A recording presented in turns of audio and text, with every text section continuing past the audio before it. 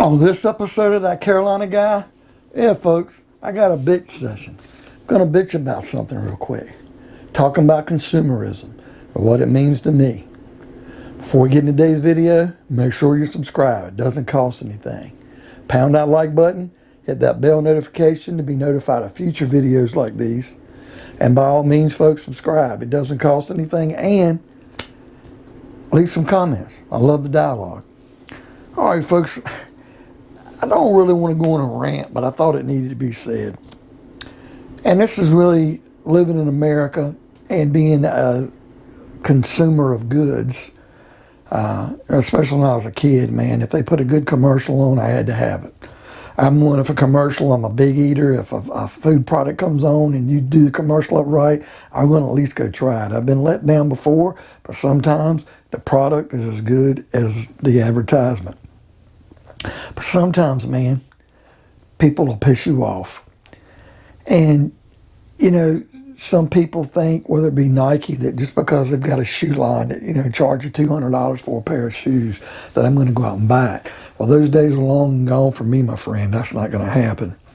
Now, I'll give you a case in point. Oko's Dannon Yogurt. Being a Carolina Panther fan, when Cam Newton was on his meteoric rise and doing really well before his downfall and leaving the Panthers and his injuries, and I always going to have mad respect for the man. But doing commercials, man, Cam was such a national figure, and you either loved him or hated him. And, I mean, just the media attention, and he really made a difference for the Panthers, and they did a really good job while he was there for the most part. Oko's Dannon Yogurt. I'm not a big yogurt guy. I like a lemon yogurt or a peach yogurt. I'm not real one of these guys that gets the plain Greek yogurt and mixes it with fruit. I know it's good for you. But I don't eat healthy, but that's just on me. But they sponsored Cam Newton in his Panther gear and people behind him wearing Panther things and cheerleaders and Oko's Dannon Yogurt. And, you know, being at the time I was married, me and my wife would go out, and I said, let's buy this, man. I love Cam. She thought a lot of Cam. We'd buy the yogurt to support Cam. It wasn't that I was going to go down the dairy aisle and, hey, man, it's Oko's Dannon Yogurt. Let's buy it. Wouldn't have bought the shit. But I thought so much of Cam that the yogurt company supported him that I said, you know what, I'm going to do my part. I'm going to buy that yogurt now. And I know that's kind of what they want you to do. So I went out and bought it. Now, fortunately for Cam, he was struggling. Team was kind of during that playoff period of time. I think it was after the Super Bowl, but maybe the year they got the wild card and lost to the Saints. I had a female reporter for the Charlotte Observer covering the Panthers named Jordan Roderick. Now, don't get me wrong. She's a very good reporter, very professional. But I don't think she was a fan of the Panthers or especially Cam Newton when she was here.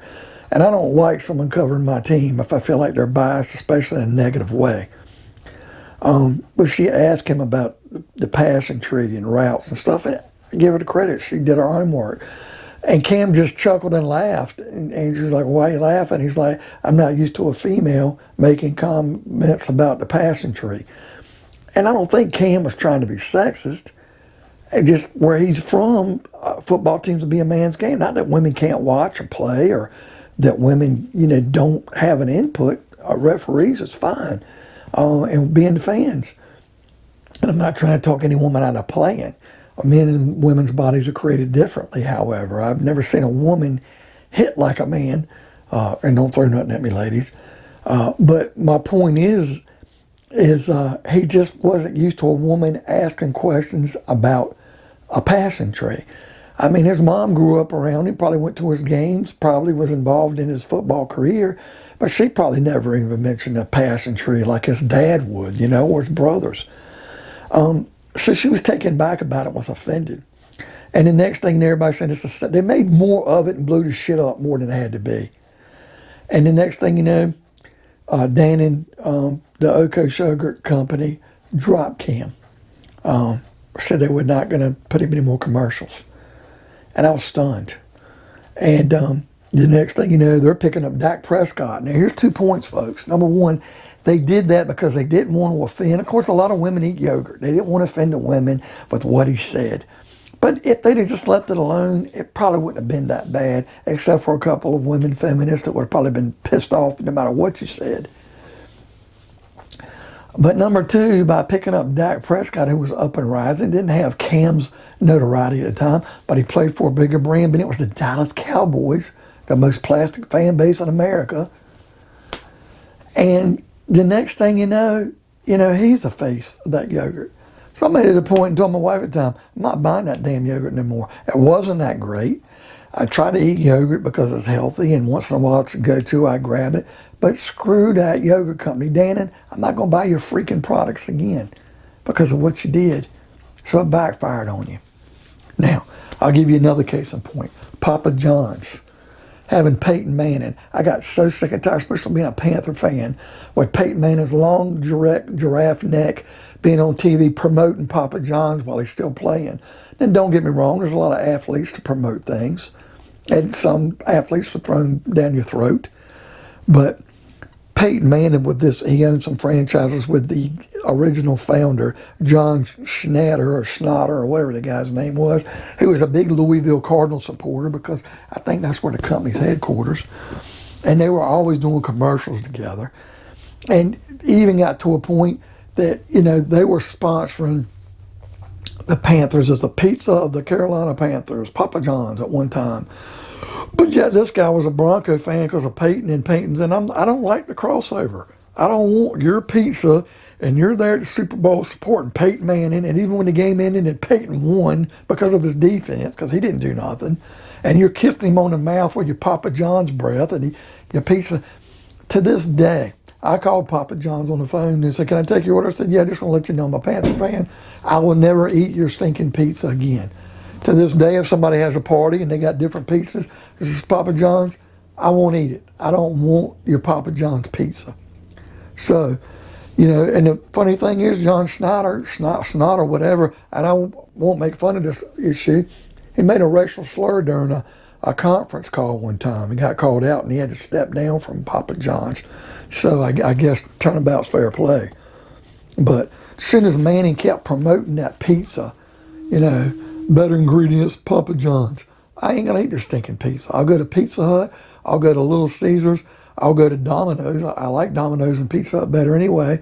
I'd have to be starving to eat Papa John's because of that support they throw out there. Just gross. And, I'll say this. Sometimes companies come out and they have products I like.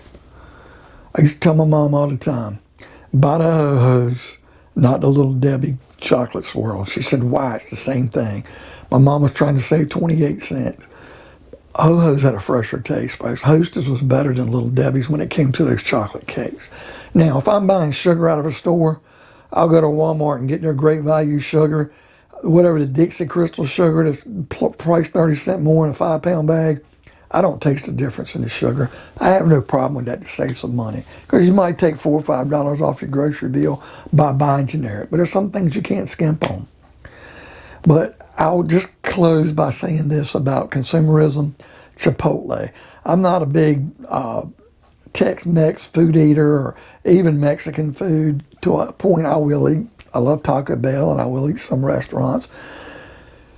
But I can't ever eat Chipotle, folks, because the name. I don't know what it means, but it's like, hey, I've got Chipotle. Now, a lot of y'all think I got Chipotle means, hey, I'm coming in with a bag of food from Chipotle.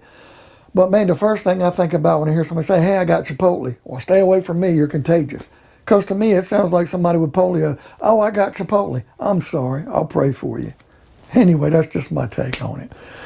Anyway, I've rambled on enough for today, folks, so that's my take. What do you think of today's video? Do you have a qualm or some consumerism that you're all about? Is there a brand or product you want back because of a certain person, like the Megan Rapinoe or whatever her name is for Subway? Leave me some comments. I love the dialogue. Pound the like button. Hit that bell notification to be notified of future videos like the one in today's content. And by all means, folks, subscribe. It doesn't cost anything. I want to see you next time on another episode of That Carolina Guy.